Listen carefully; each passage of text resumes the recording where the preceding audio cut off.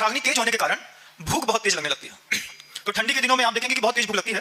तो इस ठंडी के दिनों में हमको अपने आहार विज्ञान को पूरा का पूरा बदलना पड़ता है। अब ऋतुचर्या में आहार विज्ञान अपन क्या बदलते हैं कि जैसे ही हेमंत ऋतु आती है तो इसमें आयुर्वेद कहता है कि आप जठराग्नि जैसे आपकी उदीप्त या प्रदीप्त हो गई है और अंदर की गर्मी बाहर नहीं निकल रही, अब वो गर्मी के जो अंदर आपके पेट के अंदर हो गई, उस गर्मी को अगर आपने सही भोजन नहीं दिया तो वो पेट की गर्मी आपकी शरीर की दूसरी धातुओं को और प्रोटीन्स को खाने लगेगी। और अगर वो धातु प्रोटीन्स को खाने लगेगी और आपके पेट में बराबर प्रॉपर भोजन नहीं जाता है तो फिर आपको लंग्स की प्रॉब्लम, लंग्स में पानी भर सकता है, टीबी हो सकती है।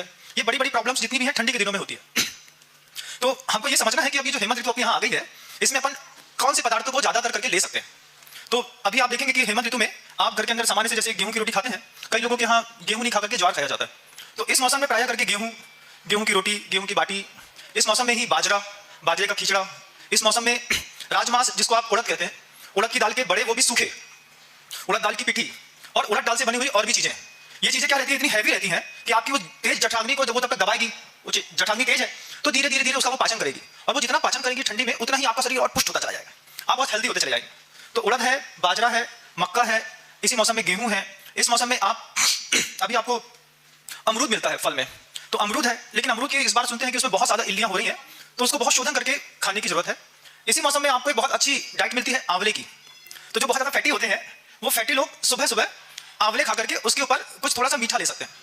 तो सुबह आंवला खाने से, खाली पेट खाने से फैट रिड्यूस होता है और भोजन के लास्ट में खाने पर जिनको स्वास्थ्य खराब है तो भोजन के लास्ट में खाने पर वही आंवला आपको हेल्दी बनाता है। यही हेमंत ऋतु जो अभी चल रही है, ये टाइम ऐसा है कि कोई रोगी है उसको सही समय पर सही औषधियां दी जाए तो औषधियां अपना सर्वाधिक प्रयोग दिखाती हैं, सबसे अच्छी फलीभूत होती है। आपने देखा होगा हार्ट के ऑपरेशन है, मान लो आपको पेट में कोई दिक्कत हो गई है तो मैक्सिमम लोग इसी टाइम पे ऑपरेशन कराना पसंद करते हैं क्योंकि बहुत जल्दी रिकवरी हो जाती है। इस मौसम में आप आंवले का च्यवनप्राश भी बहुत अच्छे से बना के खा सकते हैं। और इसी मौसम में जो है उसके साथ जितने भी स्निग्ध पदार्थों में क्षीरान्न विकार लिखा आयुर्वेद में कि क्षीर से बने हुए अन्न के प्रयोग करने के लिए। तो क्षीर से बना हुआ अन्न है जैसे पनीर है, रबड़ी है, मावा है, मलाई है, रसगुल्ले हैं, मिठाइयां हैं, जितने भी हैवी डाइट चीजें हैं ये सारी की सारी हैवी डाइट चीजें अभी ये 4 महीने में खाने लायक है, हेमंत में, शिशिर में और इसके आने वाली हेमंत और शिशिर दोनों ऋतुओं में।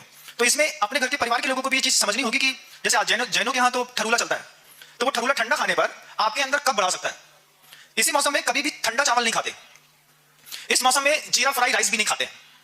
अगर इस मौसम में जीरा फ्राई राइस खाते हैं तो जठराग्नि बंद हो जाती है। जीरा जो होता है वो गर्मी मारता है और आपके अंदर की वो जो जठराग्नि बड़ी है वो जीरा उस गर्मी को जैसे ही मारेगा तो आपके शरीर में विकार पैदा होने शुरू हो जाएंगे। यही वो मौसम है कि जब आप बाजार की पानी की फुल्की खाते हैं तो आपके शरीर के मर्म स्थानों पर ईचिंग होकर के खुजली होना शुरू हो जाती है। और इसी मौसम में बाहर का खाना खाने पर माँ बहनों के मतलब जो शरीर है उससे बैड स्मेल बहुत आती है। तो ये बहुत हेल्दी सीजन है और इतना कॉन्शियस वाला है कि आपको इस सीजन में सबसे ज्यादा गर्म पदार्थ खाने की जरूरत है। क्योंकि जठराग्नि बहुत तेज है तो साग शब्द आपने कभी सुना हो तो साग में कहते हैं जो आग के सहित है उसको साग कहते हैं। तो भोजन के साथ मात्र भोजन नहीं किया जाता, भोजन के माध्यम से अग्नि का भक्षण किया जाता है। दाल ठंडी खा ली, सब्जी ठंडी खा ली, तो ठंडी ठंडी चीजें खाने पर आप अग्नि का भक्षण साथ में नहीं कर पाएंगे। अगर आप अग्नि नहीं खा पाएंगे तो आपका जीवन बच भी नहीं पाएगा। तो जितनी भी चीजें हैं, भोज्य पदार्थ हैं, वो सारे के सारे गर्म। अभी 1 महीने बाद पूस का महीना आएगा, उसमें कहते हैं जितना दूध पी सकते हैं उतना दूध पीजिए और ठंडा पानी बिल्कुल भी नहीं पीना है। मतलब आपके घर में आपको गर्म पानी पीने की आदत नहीं है तो भी आप पानी को नॉर्मल टेम्परेचर में कर लीजिए, उसके बाद उसको पीने का प्रयास करिए। अगर आप ठंडा पानी पिएंगे और गर्म खाना खाएंगे तो गर्म और ठंडा मिक्स होने पर आंतों में एकदम से फैलाव और सुकड़न होता है और धीरे से वहीं पे कोलाइटिस हो जाता है। तो ठंडे के सीजन में कोलाइटिस, आंतों के सिकुड़ने की सबसे बड़ी कारण बनता है ठंडा पानी। तो हम ये कोशिश करें कि इस मौसम में 4 महीने के लिए कभी भी हम ठंडा पानी नहीं पिए। और एक बहुत बड़ी बात है कि देश विरुद्ध आहार नहीं करना। आहार क्या करना है ये तो हम बता रहे हैं, क्या नहीं करना। तो जो देश आपका ये जो भारतीय संस्कृति है इससे जो विरुद्ध है, कॉन्टिनेंटल है, चाइनीज है, ये फूड्स खाने वाले जितने भी लोग होते हैं इनका वायु विकार बहुत बढ़ जाता है। तो आप देखेंगे कि ठंडी के दिनों में कॉन्टिनेंटल या चाइनीज खाने वाले लोगों को आर्थराइटिस की प्रॉब्लम बहुत ज्यादा होती है। यही वो सीजन है जब अपन को तिली का, गुड़ की चिक्की का और मीठे में गुड़ का और घी का प्रयोग सर्वाधिक करना है। अगर आप इस ऋतु में अच्छा घी नहीं खाते हैं, अच्छा गुड़ नहीं खाते हैं, आप गुड़ को, माँ बहनों को पता रहता है कि कढ़ाई में डाल के उसमें घी डाल करके थोड़ा सा सौंठ डाल करके उस गुड़ की पट्टी जमा देते हैं और ये पट्टी इतनी बढ़िया रहती है कि आप जैसे ही सौंठ, गुड़ और घी की पट्टी खाएंगे आपको खुद लगेगा कि आपकी चेस्ट में जितना भी कफ जमा हुआ है वो धीरे धीरे गल करके ठीक होता चला जाता है। तो ये बहुत हेल्दी सीजन है, बहुत स्वस्थ सीजन है और इसमें सबसे बड़ी बात कि धूप का सेवन प्रत्येक दिन आवश्यक है, लेकिन वो धूप भी सुबह के 10 बजे से पहले की हो।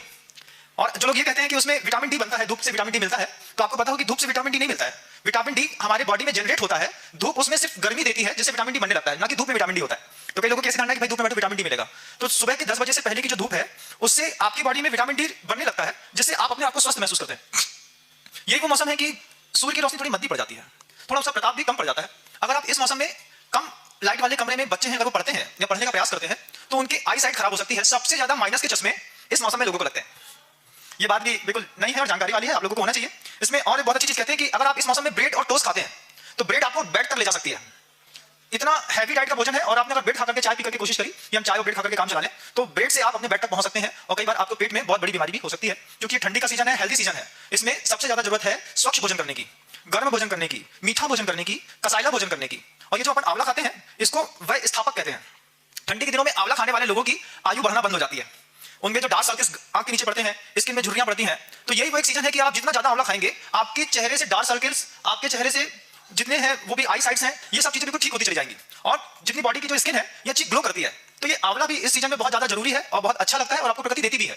आपको बस लेने की जरूरत है कि आपको पता हो कि आंवले के फायदे इतने हैं ठंडी के सीजन में कि अगर हमने खाना शुरू किया तो 3 महीने के अंदर साल भर की पूरी रिकवरी आपकी हो जाएगी। और जिन मां बहनों को आंख के नीचे बहुत ज्यादा सर्कल्स हो गए हैं उन सर्कल्स के लिए तो आंवला सबसे बेस्ट माना गया है। इसका अगर आप आंवले की कैंडी है, आंवले का मुरब्बा है बना के लेते हैं तो निश्चित रूप से आपको इस चीजों में बहुत फायदा मिलेगा। अमरूद मिलता है और इसमें कहते हैं कि पानी जो है हल्का गर्म और फल में चीकू और अमरूद दो चीज, ड्राई फ्रूट्स और मेथी। मेथी का प्रयोग, सूखी मेथी को आप थोड़ा सा तवे में सेक ले, उसमें थोड़ा सा घी मिला ले, थोड़ा सा नमक मिला ले और उसको सादा ले लें और उसके ऊपर हल्का गर्म पानी ले लें। तो मेथी आपके अंदर जो है रेजिस्टेंस पावर को और बढ़ाती रहेगी। ये आपके लिए बहुत अच्छी चीज होगी क्योंकि अभी ये मौसम आ ही गया है और बहुत सारे बाहर सुनने वाले लोगों को, घर के लोग, बाहर के लोगों को जानकारी नहीं रहती, तो अपन होटल का खाना पसंद करते हैं, कभी ठंडा चावल खा लेते हैं। ठंडा चावल कहते हैं अगर बिना घी का ठंडा चावल आपने खा लिया तो आपके पूरे लंग्स में कफ जमना शुरू हो जाता है। ठीक है, ऐसे कई लोगों को दूध सूट नहीं करता, तो उसके लिए भी बताते हैं कि जो दूध होता है वो दूध को जैसे आप फेंट लेते हैं, बहुत ज्यादा गड़बड़ करते हैं, तो फेंटने से दूध का वायु विकार नष्ट हो जाता है। कई लोग बोलते हैं ना दूध पीते तो गैस बनती है, तो गैस उनको बनती है जिनके घरों में दूध फेंटा नहीं जाता। आप उसमें थोड़ा सा गुड़ मिला लीजिए, मीठा मिला लीजिए कोई भी, और नेचुरल सीड्स की ओर जाने का ध्यान करिए, जैसे पिंड खजूर है, छुआरा है, और दूध को जितना फेंट देंगे तो फेंटने से उसका वात निकल जाता है और जैसे ही उसका वात निकल जाता है वैसे ही वो दूध आपकी उस बॉडी में सूट करना शुरू कर देता है। इस मौसम में ही रात्रि में ज्यादा भोजन नहीं करना चाहिए। वैसे जैन धर्म में तो रात्रि भोजन का निषेध है, लेकिन जो लोग बाहर सुन रहे हैं और जो जैन धर्म पे जिनकी आस्था नहीं है उन लोगों को भी बता दें कि रात्रि में भोजन करके और सोने पर वो भोजन पेट में रखा फॉर्मेंटेशन करता है, फट जाता है। कई बार गैस बनने से हार्ट स्ट्रोक करते हैं और रात में ज्यादा भोजन खाने पर ठंडी में हार्ट अटैक आकर के लोग मर जाते हैं। और ये आपने देखा होगा कि भैया दादाजी थे 70 साल के, अटैक आया चले गए, क्यों? कोई 40 साल का लड़का है, 35 साल का लड़का है। तो इस ठंडी के सीजन में प्राय करके लोगों की ऐसी जीवन शैली है कि रात में थोड़ा सा हैवी डाइट का भोजन बाहर जाके किया और उसको खा करके सो गए और सोए, और उससे जो गैस फॉर्मेंटेशन हुआ वो आपके हार्ट में स्ट्रोक मारती है और आपको हार्ट अटैक आता है, साइलेंट में आप चले जाते हैं। तो इससे भी आपको बहुत ज्यादा जानकारी की जरूरत है। और इसमें बहुत अच्छी चीज है कि वीर विरुद्ध आहार नहीं करना चाहिए। जैसे कोई पदार्थ है शीत प्रकृति वाला है और कोई उष्ण वाला है, तो आपने दोनों एक साथ खा लिया तो भी ये पूरा का पूरा जो है वातावरण जो है आपके शरीर में एक साइड इफेक्ट्स लाएगा। जो लोग जिनकी शारीरिक या पारिवारिक परिस्थितियां अनुकूल नहीं है और जिनके घरों में मान लीजिए ड्राई फ्रूट्स नहीं खा सकते हैं, अच्छे गुड़ नहीं खा सकते हैं, गुड़ के लड्डू नहीं खा सकते हैं, तो उनके लिए कहा है कि वो चना और गुड़ का सेवन प्रतिदिन करें। चना इतना हैवी डाइजेस्ट, उसको हॉर्स पावर कहते हैं, तो अपन चना गुड़ का सेवन करते हैं तो निश्चित रूप से जो चीजें दूसरी चीजों से मिलनी थी वो आपको इनसे मिल जाएगी।